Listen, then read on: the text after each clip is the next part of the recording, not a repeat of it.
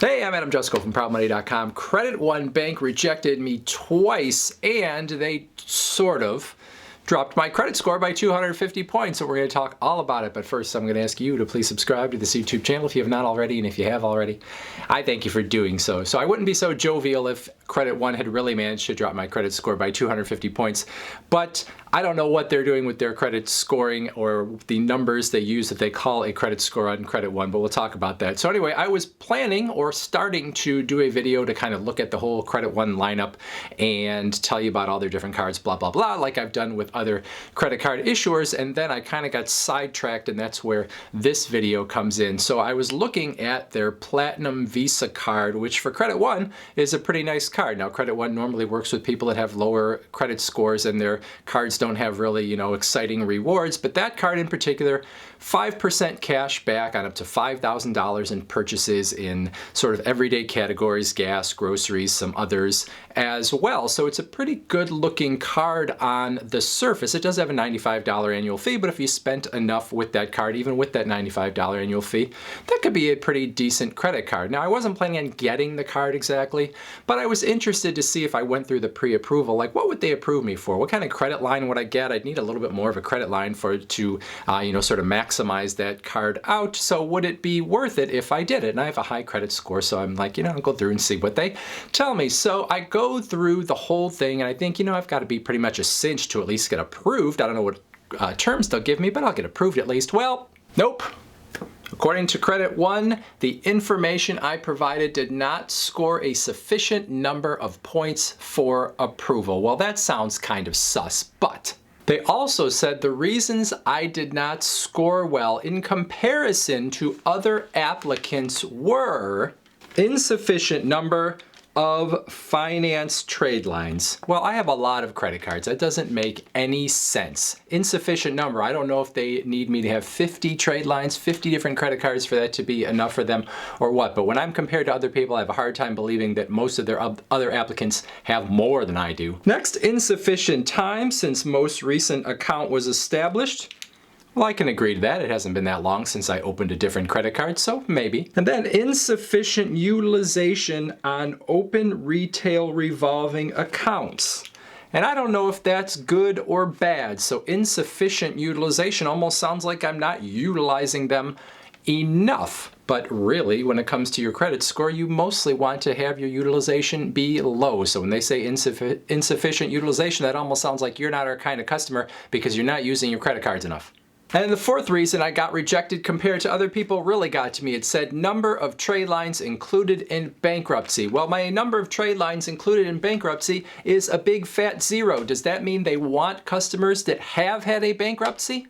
And then it says they pulled the information from my credit report from the Experian Credit Reporting Agency, and my credit score on a scale from 301 to 900 was 663.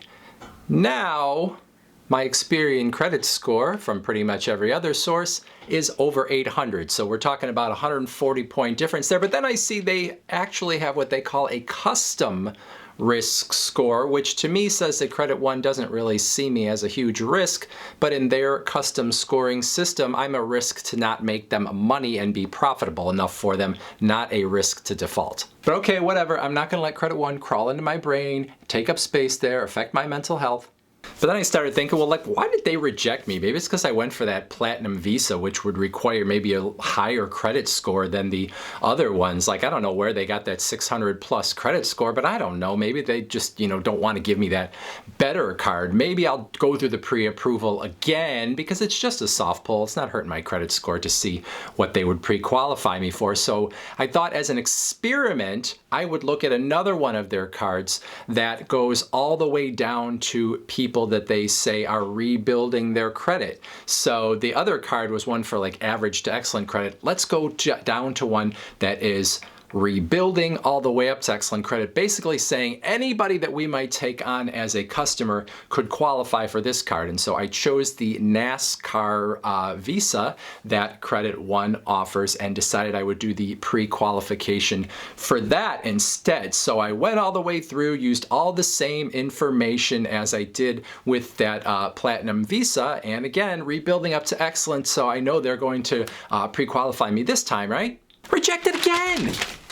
And then looking at the reasons I didn't qualify this time, I can't decide if they're more or less bizarre than last time, but they are different. The first one is lack of sufficient relevant first mortgage account information. Now, why first mortgage information? I don't know, versus any other number mortgage. Plus, I don't understand why a mortgage at all has anything to do with getting a card that might even be a rebuilding credit card. I have had multiple mortgages, so there's really no reason that my mortgage information should have anything to do with whether I qualify for this card. Now, anyway, there were a couple other ones there talking about my balances relative to my credit lines, which really are pretty low, so that is also completely not true. And then the number of accounts, okay, I can play with you there. I got plenty of other accounts, so if you want to have a problem with that, sure. And then the last reason is delinquency reported on accounts. And since I don't have any delinquencies, if they are comparing me to other people and they are using that as a reason why I would not be approved, I have to take that to mean that they want delinquencies on the accounts in order to approve people. So that's completely unhelpful. Now, I know a lot of this stuff just comes from a machine and it just is sort of spit back at you automatically, but you'd think they'd at least come up with reasons that seemed like they had something to do with getting the credit card, right? Instead of talking about things like first mortgages. That does not really help anyone know what they should do in order to get a Credit One credit card. Does that mean they should go buy a house so that they can get a Credit One card? Doesn't make a whole lot of sense. But anyway, things get even worse and weirder from here. As far as I'm concerned, I go down further to see more of their reasoning for rejecting me. Now, I told you about 15 minutes earlier I had already tried to get that other Credit One, or at least get pre-qualified. I didn't really want the card. But I tried to get pre-qualified. They told me that my credit score was 663. This time, they tell me my credit score is 398. 398 out of a scale of 300 to 900. They are now saying my score is 398. And looking at the language, it's not quite sure if they somehow have some different scoring model that they used for the one card versus the other, but I don't know of any scoring model where you could get over 600, over 650 in one credit scoring model and under 400 in the other. I was thinking about trying that pre-qualification one more time, but I was afraid they were going to take away my credit score altogether. Now that's just an online pre-qualification, so I'm sure I could have called Credit One and maybe I would have gotten a different answer if I had someone on the phone sort of showing that extra level of interest in getting one of their cards versus just using that pre-qualification form. But still, that pre-qualification shows you that Credit One is not necessarily looking for people who have the best behaviors or the behaviors that we would traditionally think of as the best behaviors in terms of paying on time and not carrying too much of a balance. They want people that do pay interest, that do carry a balance, and maybe people that are late every once in a while, because there's no credit scoring model that you could come up with or that exists out there that dings people for good behavior. So that has to be something very specific to Credit One, where they decide that certain things actually are good, where in conventional wisdom, most people would think they were bad. Now, Credit One's under no obligation to give me a credit card if I'm not the type of customer that they want, so I get that. But when you get a rejection that gives you reasoning that seems bogus and seems like it's almost skirting the law in terms of saying why you are not being approved for credit, it leaves people in a state of confusion as to what they might have done and what their credit history is that would disqualify them from getting one of these cards. Now, Credit One sends out all kinds of mail to people that they have targeted, who they already know that they are the type of customers they want, but to have a pre-qualification form on their site that sort of uses some sort of twisted credit scoring formula to decide who is in and who is out seems like something that is not good from a legal perspective. I don't care if I get one of those Credit One cards or not, but it doesn't seem right.